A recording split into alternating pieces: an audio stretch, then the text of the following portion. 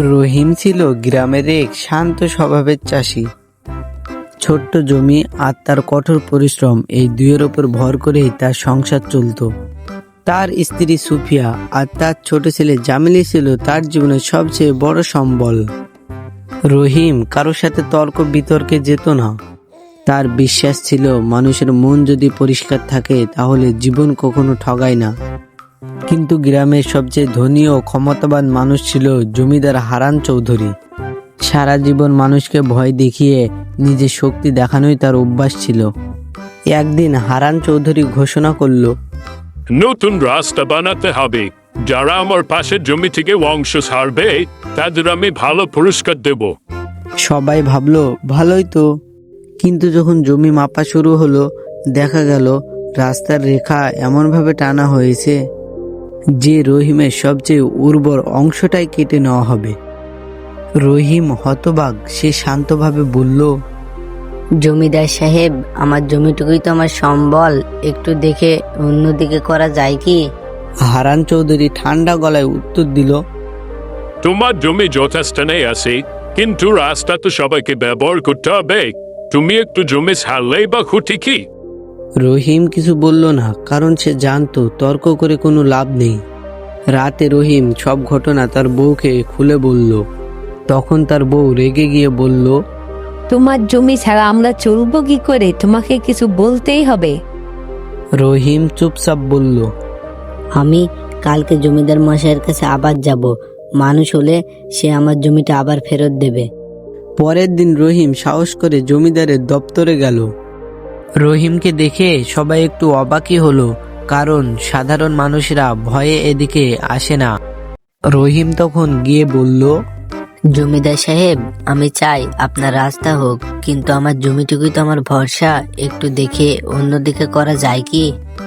হারান হেসে বলল, তুমি খুব বড় কথা বলো রহিম। তোমার জমি কি গ্রামের সব থেকে গুরুত্বপূর্ণ জমি নাকি? রহিম তখন মাথা নিচু করে বলল, গুরুত্ব হয়তো নেই, কিন্তু এটা আমার পরিবারকে বাঁচায়। কিন্তু হারান রহিমের প্রতি কোনো করুণা দেখালো না। উল্টে সে আদেশ দিল, যেমন কথা ছিল তেমনই হবে, কোনো পরিবর্তন নয়। রহিম মন ভেঙে ফিরে গেল, কিন্তু তার মনে একটা কথা শক্তভাবে দাঁড়িয়ে গেল, অন্যায়ের সামনে নীরব থাকা নিজেই অন্যায়। পরের দিন গ্রামের কয়েকজন বয়োজ্যেষ্ঠ মানুষ রহিমের কাছে এলো। তারা বলল, রহিম, তোমার জমি সবচেয়ে উর্বর, জমিদার ভুল সিদ্ধান্ত নিচ্ছে, আমরা সবাই মিলে তাকে বলবো। রহিম কিছুক্ষণ ভেবে বলল, আপনারা সবাই যেতে পারেন, কিন্তু আমি ঝগড়া চাই না। সেই দিন বিকালে গ্রামের মানুষ সবাই মিলে জমিদারের বাড়ির সামনে যায় এবং তারা শান্তভাবে বলে, রহিমের জমি না কেটে রাস্তা অন্য দিক দিয়ে নিন। রাস্তা সবার জন্য, কিন্তু পরিবারের উপার্জনের পথ কেটে দেওয়া ঠিক নয়। হারান রেগে গেল। সে ভাবলো, একজন সাধারণ চাষির জন্য গ্রামের এত লোক তার বিরুদ্ধে কথা বলবে, এটা সে কখনোই চায়নি। কিন্তু ঠিক সেই সময় তার নিজের ছেলে রতন চৌধুরী এগিয়ে এলো। ছেলে বলল, বাবা, রাস্তা অন্যদিকে নিলেও নির্মাণের সমস্যা হবে না। মানুষ যদি কষ্ট পায় তাহলে জমিদার হওয়া মানে কি? হারান প্রথমবারের মতো থমকে গেল। সে বুঝতে পারল, শক্তি দেখিয়ে সবাইকে চুপ করানো যায়, কিন্তু মানুষের মন যেতে যায় না। শেষমেশ হারান বলল, ঠিক আছে, রাস্তা অন্য দিক দিয়ে নেওয়া হবে, রহিমের জমি নেওয়া হবে না। গ্রাম জুড়ে স্বস্তির হাওয়া বয়ে গেল। রহিম নীরবে হাসল। সে বিজয়ের পতাকা তুলল না, বড় ঘোষণাও দিল না, শুধু বলল, মানুষ যদি শান্তভাবে তার নিজের কথা বলে আর অন্যায়ের সামনে দাঁড়ায়, তাহলে মনে শক্তি জন্মায়।